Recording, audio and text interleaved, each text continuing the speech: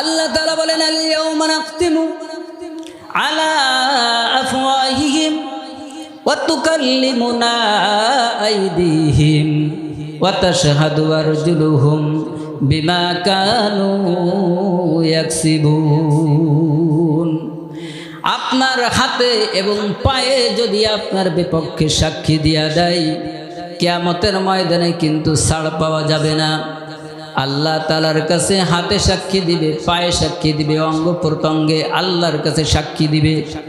ওই সাক্ষীটা যদি আপনার হাতে, আপনার পায়ে, আপনার অঙ্গ প্রত্যঙ্গে যদি আপনার বিপক্ষে সাক্ষী দেয়া দেয়, তাহলে কিন্তু ছাড় পাওয়া যাবে না। এজন্য এই পৃথিবী থেকে এমন কোনো কাজ যেন না আপনার দ্বারা আমার দ্বারা গঠিত হয়, কিয়ামতের ময়দানে আল্লাহর আদালতে যেন আসামি না হয়ে যায়। এজন্য পৃথিবীর জমিনে আপনি হাফেজ, আপনি মাওলানা, আপনি মুফাসসির, আপনি বড় শিক্ষিত, আপনার কোনো দাম নাই। আপনি গরিব মানুষ, আপনারও দাম নাই। আল্লাহ তাআলা চান মানুষের দিল, যদি কের দিল ভালো থাকে, ইবাদত বন্দেগী যা কিছু আমল করবে, এটা যদি তার অন্তর ভালো থাকে, আল্লাহ তাআলা অন্তর দেখে আল্লাহ তাআলা কিয়ামতের ময়দানে হিসাব করবেন। যদি সে মুফতি হয়, তার অন্তরে যদি আল্লাহর মুহাব্বত আর ভালোবাসা যদি না থাকে, মানুষকে দেখানোর জন্য যদি থাকে, তাহলে তার চারানা পয়সা কোনো দাম নাই। কেউ যদি মুফতি হয়, তার অন্তরে যদি আল্লাহর মুহাব্বত আর ভালোবাসা যদি না থাকে, মানুষকে দেখানোর জন্য যদি হয়, আল্লাহর দরবারে তার কোনো দাম নাই। এজন্য যেই হোক না কেন, যত বড় শিক্ষিত হোক, কোটিপতি হোক, শিল্পপতি হোক, আর বড় গরিব হোক, তার অন্তরের দেখে আল্লাহ তাআলা কিয়ামতের ময়দানে বিচার করবে। এজন্য একটা সাহাবীর ঘটনা আমরা শুনব। সুলতান ইবনে আদেল আল্লাহ তাআলার প্রিয় একজন গোলাম ছিলেন। বন্ধুরে আমার, আপনি একজন রিক্সা চালক, আপনি একজন দিনমজুরি, আপনি একজন শ্রমজীবী মানুষ। আপনার অন্তরে ভয়, আমি আলেম হইতে পারি নাই, আমি বড় শিক্ষিত হইতে পারি নাই, আমি আল্লাহর আদালতে কিরকমের আমার দাম হবে। বন্ধু, আপনাদের কাছে বলে যাই, সাধারণ একজন জীর্ণ শীর্ণ মানুষ আল্লাহ তাআলার কাছে এত পছন্দনীয় হয়েছে, যার কথা কয়েকটা তাফসীরের ভিতরে আল্লাহ তাআলা বর্ণনা করেছে।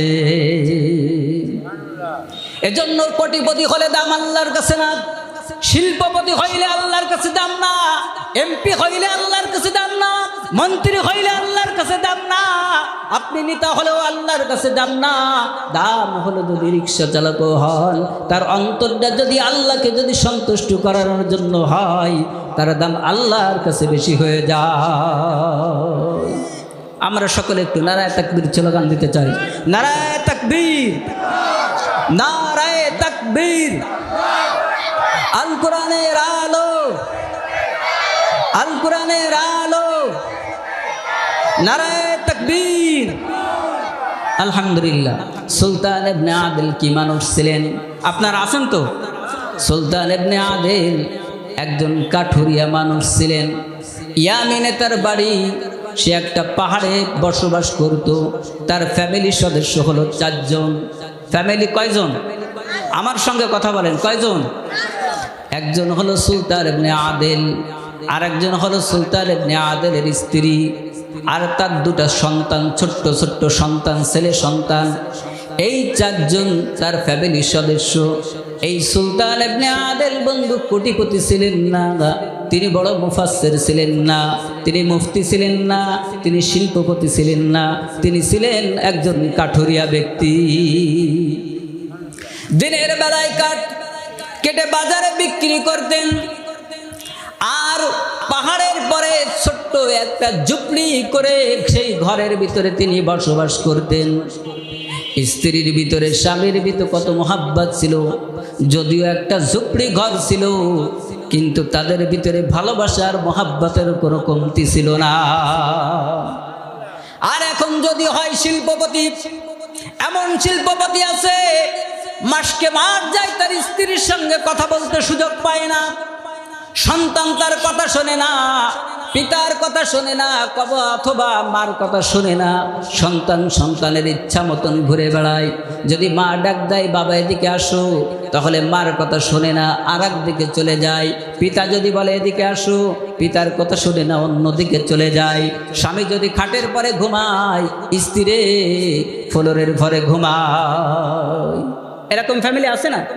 স্বামী স্ত্রীর ভিতরে কোনো মোহাব্বত নাই, কিন্তু টাকার কমতি নাই, লক্ষ লক্ষ টাকার মালিক, কোটি কোটি টাকার মালিক, কিন্তু স্বামী স্ত্রীকে দেখতে পায় না, স্ত্রী স্বামীকে দেখতে পায় না। সুলতান ইবনে আদেল এমন একটা মানুষ, ছোট্ট একটা সংসার, তারা পাহাড়ের চূড়ায় ছোট্ট একটি কুড়ো ঘর করে, ঝুপড়ি ঘর করে থাকে। ফ্যামিলির সদস্য 4 জন। যদিও সে কাঠুরিয়া ব্যক্তি, কিন্তু মায়ার মোহাব্বত তার সংসারের ভিতরে আল্লাহ পাক বেশি দিয়েছে। এজন্য কারণ হলো তাদের ভিতরে নামাজ ছিল, তাদের ভিতরে কোরআন ছিল। এখন দেখবেন আজ থেকে 50 বছর আগে ফজরের নামাজের পরে অনেক বাড়ি থেকে কোরআনের আওয়াজ বাহির হইতো, আর এখন দেখবেন কোরআনের আওয়াজ মানুষের বাড়িতে পাওয়া যায় না। শতকরা 5টা বাড়িতে বর্তমানে কোরআনের তালকিন সকালবেলা হয় না। কারণ হলো মা ফেসবুক চালাইতে চালাইতে রাত্র 2টার সময় ঘুমিয়েছে, কেন কোরআন পড়বে, কেমনে কোরআন পড়বে? আজ যদিও কোরআন শিখে থাকে, ছোটবেলায় দিয়ে দেওয়ার সময় একজন ইমাম সাহেবকে নিয়ে সাধারণ 3 মাসে একটা কোরআন শিক্ষা দিয়ে কোনো করে দেয়, একটা কোরআন কিনে রেখেছে। সেই কোরআনটার পরে পিপিলিকায় এসে মাকড়সায় জাল বেঁধেছে, আর বড় একটা টিভি কিনে ঘরের সুন্দর একটা স্থানে রেখে দিয়েছে, এবং সুন্দর একটা কাপড় দিয়ে ঢেকে রেখেছে। বছরকে বছর যায়, ওই মহিলা কোরআনের কাছে যায় না, ওই আমার বোন কোরআনের কাছে যায় না, কিন্তু প্রতিদিন কমসে কম 5 বার টিভির কাছে সাক্ষাৎ করে। এই ফ্যামিলিতে কেমন শান্তি আসবে? কিন্তু সুলতান ইবনে আদেলের সংসারটা এমন ছিল না। সুলতান ইবনে আদেলের সংসারে আল্লাহর ভয়ে কান্দার, ওই ঘরে আল্লাহর ভয়ে 5 ওয়াক্ত কান্ত। আপনি মুসলমান, আমি মুসলমান, বাগেরহাটের শহরের মানুষ আপনারা, আপনার ঘরে আল্লাহর মুহাব্বতে আপনার ঘরে প্রতিদিন কয়বার চোখের পানি ফেলানো হয়? আপনার টাকার অভাব নাই, শহরের পরে বাড়ি গাড়ির অভাব নাই আপনার, কিন্তু আল্লাহর ভয়ে আর আল্লাহর মুহাব্বতে আপনার স্ত্রী প্রতিদিন কয়বার আল্লাহর কদমে সিজদা দেয়? আপনি প্রতিদিন কয়বার আল্লাহর কদমে সিজদা দেন? আপনার ঘরের সন্তান প্রতিদিন আল্লাহর কোরআনের সঙ্গে কতবার সাক্ষাৎ করে?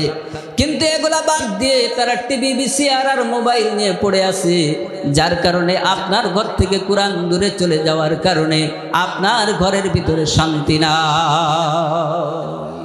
এজন্য শান্তি যদি পেতে হয় কোরআনের কাছে আসতে হবে। কোথায় বলেন, কোথায় যাইতে হবে? কোরআনের কাছে যাইতে হবে।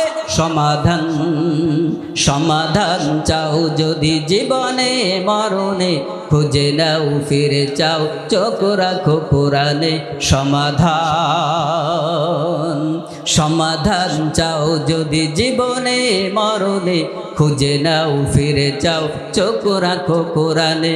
সমাধান তবেই পাইবে তুমি সুখ শান্তির ঠিকানা, তবেই পাইবে তুমি সুখ শান্তির ঠিকানা, মেনে যদি নাও তুমি মনে প্রাণে।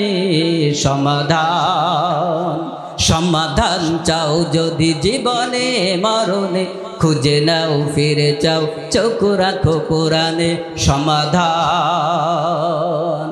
সুলতান ইবনে আদেল তার স্ত্রীকে ডেকে বলে, স্ত্রী রে, আমার মনে হয় আমি পৃথিবীতে বেশি দিন থাকবো না, আমার মৃত্যু অতি নিকটে। তোমার কাছে একটা কথা বলতে চাই, আমি যদি এই রাতের বেলায় যদি আমার মৃত্যু হয়ে যায়, তাহলে রাতের বেলায় আমাকে দাফন করে দিবা, আর দিনের বেলায় যদি মৃত্যু হয়, দিনের বেলায় আমাকে দাফন করে দিবে। দিনের বেলায় মারা গেলে রাতের জন্য অপেক্ষা করবা না, আর রাতের বেলায় মারা গেলে দিনের জন্য অপেক্ষা করবা না। স্ত্রী ডেকে বলে, আপনি যদি রাতের মারা যান, আপনার কাফনের কাপড় বাজার থেকে ক্রয় করার জন্য সন্তানদেরকে পাঠাবো, এমন অ্যাবিলিটি আমার বাড়ির ভিতরে নাই, এমন টাকা আমার বাড়ির ভিতরে নাই, তাহলে কি করতে পারি? দিনের বেলায় মানুষের কাছে কর্জ করে টাকা নিয়ে তারপরে কাফনের কাপড় আনতে পারবো।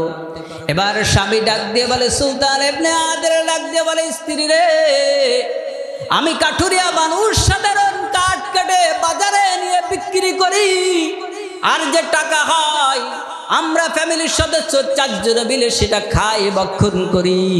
আমাদের বেশি টাকা নাই, একটা কাফনের কাপড় কেনার মতন শক্তি তার ছিল না। এখন দেখবেন এক এক বাড়িতে 5টা কাপড় তার জন্য আছে, 10টা কাপড় আছে, কিন্তু ওই মা, ওই বোন, ওই স্ত্রী কিন্তু সন্তুষ্ট হয় না। স্বামীকে ডাক দিয়ে বলে, অমক আমার বাড়ির কাছে তার এতটা সৌন্দর্য কাপড় আছে, এত সৌন্দর্য অনেক কিছু আছে, তুমি এগুলাকে না কিনে আমাকে সাধারণ 2000 টাকার শাড়ি দিয়েছো, তোমার এই বাড়িতে থাকবো না, বাগেরহাটে থাকা যাবে না, থাকতে হবে খুলনা। তাহলে কি করা যায়? তোমার পিতামাতার খেদমত করতে পারবো না, খুলনায় চলো। চলে যায় খুলনাতে, চলে যায় ঢাকাতে, বাগেরহাট ভালো লাগে না, স্ত্রীর কথা শুনে চলে যায়। পিতা মাতা শ্রম দিয়ে এই কষ্ট করে মানুষের বাড়ি কাজ করে এই রকমের রিক্সা চালিয়ে আপনাকে মানুষ করছে, আজকে মানুষ হয়ে আপনি চলে গেলেন দূরে, পিতা মাতার খবর নিলেন না। আল্লাহ রাব্বুল আলামিন বলেন, ওয়াকাদা রাব্বুকা আল্লা তা'বুদু ইল্লা ইয়্যাহু ওয়া বিল ওয়ালিদাইনি ইহসানা ইম্মা ইয়াবলুগান্না ইনদাকাল কিবারু আহাদুহুমা আও কিলাহুমা উফফিন ওয়া লা তানহারহুমা ওয়া কুল লাহুমা কাওলান কারীমা ওয়াখফিদ লাজনাহাকা হাযযিল লিমান শাআ। আল্লাহ রাব্বুল আলামিন কোরআনের ভিতরে বলে দিয়েছেন, পিতা মাতাকে কষ্ট দেওয়া যাবে না। এই পৃথিবীতে সবার প্রিয় মধুর নাম যে মা। এই পৃথিবীতে সবার প্রিয় মধুর নাম যে মা। কি যে জাদু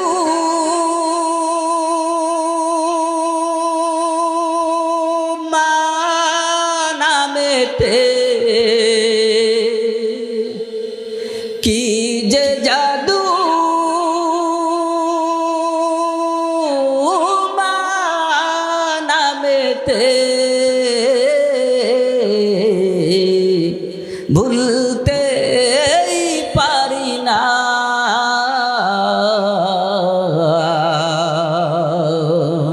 এই পৃথিবীতে সবার প্রিয় মধুর নাম যে মা। আপনারা বলেন ঠিক না বেঠিক? মার মতন আদর দেওয়ার মতন পৃথিবীতে কেউ আছে? আওয়াজ দিয়ে বলেন আছে? মমতা জড়ালো ভালোবাসা, মায়ের আঁচল যেন মধু মাখা। মমতা জড়ানো ভালোবাসা, মায়ের আঁচল যেন মধু মাখা। দুঃখ পেলে মা বুকে টেনে, দুঃখ পেলে মা বুকে টেনে, জোড়াই মনের যাতনা। এই পৃথিবীতে সবার প্রিয় মধুর নাম যে মা। এই পৃথিবীতে সবার প্রিয় মধুর নাম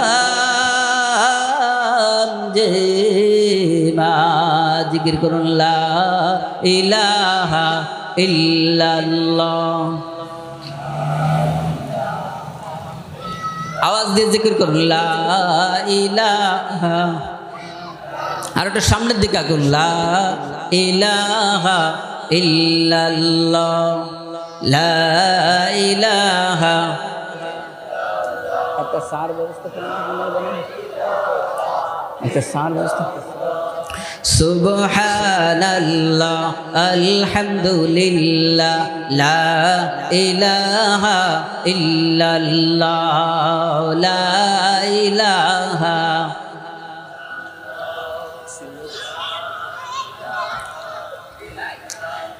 ডাইনে মাটি বামে মাটি, ডাইনে মাটি বামে মাটি, নিচেই মাটির বিছানা, উপর দিকে চাইয়া দেখো বাঁশের চালের সাইমানা। লা ইলাহা ইল্লাল্লাহ লা ইলাহা।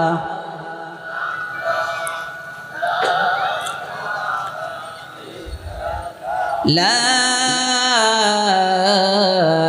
ইলাহা ইল্লাল্লাহু মুহাম্মাদুর রাসূলুল্লাহ সাল্লাল্লাহু আলাইহি ওয়াসাল্লাম।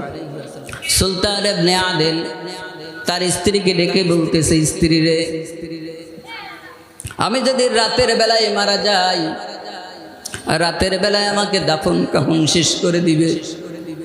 দিনের বেলায় মারা গেলে দিনের বেলায় দাফন কাফন শেষ করে দিবে, রাতের জন্য অপেক্ষা করবা না।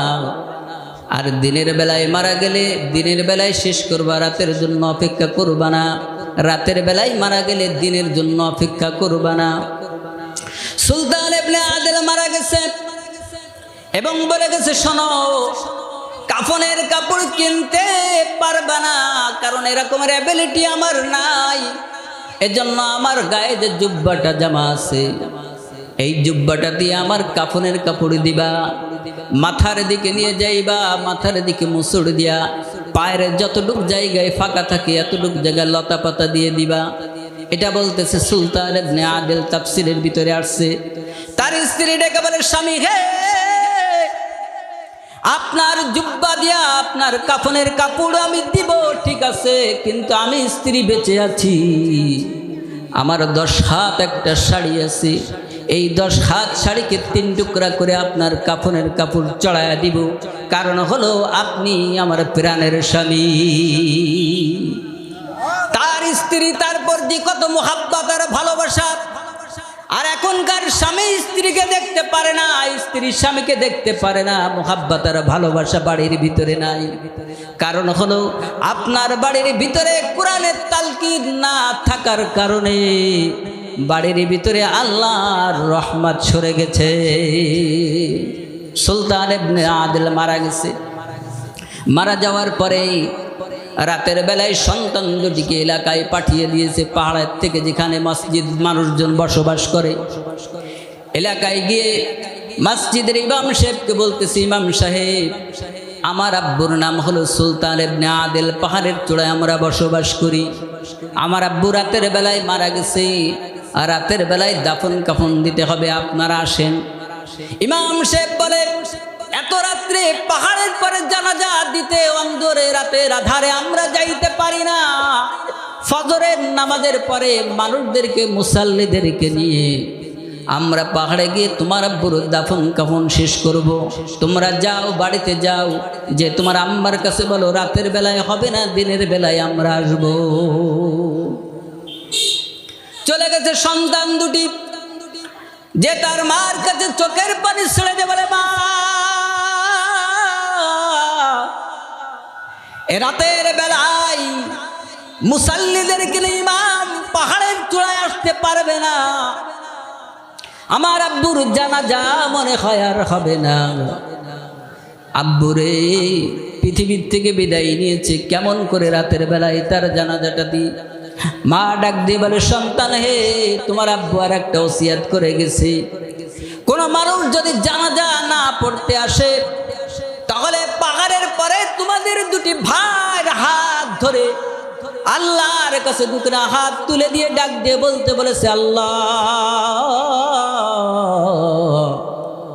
যদি আমার স্বামী সুলতান ইবনে আদিলের জিন্দেগির যত নামাজ ইবাদত বন্দেগী যা কিছু করেছে তার ভিতরে যদি আপনার কাছে 2টি রাকাত নামাজ যদি আপনার দরবারে কবুল হয়ে থাকে, তাহলে আমার স্বামীর জানাজার ব্যবস্থা আপনি করে দিন। সুলতান ইবনে আদিলের স্ত্রী ডাক দিয়ে বলার সঙ্গে সঙ্গে জুনায়েদ বাগদাদি তার মুরিদানকে দিয়ে কথা বলতেছিলেন। সুলতান ইবনে আদিল মুরিদানকে নিয়ে জুনায়েদ বাগদাদি কথা বলতেছিলেন। যেরাম চরমনার পীর সাহেব মুরিদানকে নিয়ে তালকিন দেয় কি না দেয়? তালকিন দিতেছেন। এমন সময় আল্লাহর পক্ষ থেকে একজন ফেরেশতা মানুষ সুরাতে গিয়ে জুনায়েদ বাগদাদির কাছে যে বলতেছে, জুনায়েদ বাগদাদি, এখানে বসে তালকিনের থেকে আল্লাহর একজন প্রিয় বান্দা ইয়ামিন শহরে পাহাড়ের পরে ইন্তেকাল করেছে, তার দাফন কাফন দেওয়ার জন্য আল্লাহর পক্ষ থেকে তোমাকে বলা হয়েছে। সুবহানাল্লাহ, জিকির করুন লা ইলাহা ইল্লাল্লাহ, জোরে লা ইলাহা ইল্লাল্লাহু মুহাম্মাদুর রাসূলুল্লাহ।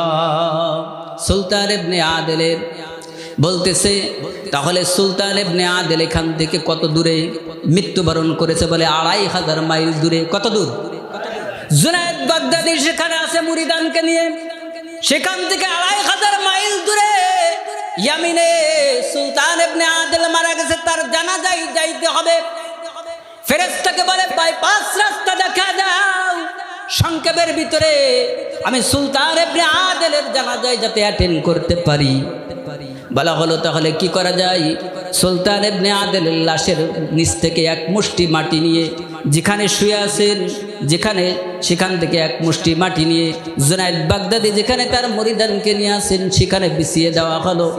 সিজদায় পড়ার সঙ্গে সঙ্গে সুবহান রাব্বিয়াল আলা, সুবহান রাব্বিয়াল আলা, সুবহান রাব্বিয়াল আলা 3 বার পড়ার সঙ্গে সঙ্গে আল্লাহ পাক 2500 মাইল দূরে পৌঁছে দিলেন। সুলতান ইবনে আদিল হাদিদ সুলতান ইবনে আদিলের কাছে জুনায়েদ বাগদাদি পৌঁছে গেলেন। নিজের পাগড়ি খুলে তার কাফনের কাপড় ছড়ায় দিলেন। 12 জন মুরিদকে নিয়ে গেলেন। 12 জন মুরিদের পাগড়িকে খোলা শুরু করে দিল। ডাক দিয়ে বলে দিন, সুলতান ইবনে আদিলের জানাজায় আর দাফন কাফরে আপনার মাথার পাগড়ি থাকবে, আমাদের মাথার পাগড়ি থাকবে না, হতে পারে না। আমাদের মাথার পাগড়িকে আমরা খুলে দিলাম। সামনের কথাগুলো বলার মতন সুযোগ হলো না যেহেতু, কারণ আরেকজন আছে। যাই হোক, সর্বশেষ কথা, এই কাঠুরিয়া সুলতান ইবনে আদিলের জানাজায় শুধু জুনায়েদ বাগদাদি না, ইনার জানাজায় অ্যাটেন্ড করেছেন এবং জানাজার নামাজ পড়াইছেন হযরত খিজির আলাইহিস সালাম। সুবহানাল্লাহ। এবং তাদের পক্ষ থেকে খিজির আলাইহিস সালাম কিভাবে আসলেন কি দেখি, আলোচনা করার সময় নাই, সংক্ষিপ্তভাবে যে আলোচনা করলাম। আপনারা হিদায়াতের যে কথাগুলো আমাদের অন্তরে আসছে আল্লাহ পাক মানার মতন তৌফিক দান করুন। সকল বলুন আমিন। আসসালামু আলাইকুম ওয়া রাহমাতুল্লাহি ওয়া বারাকাতুহু।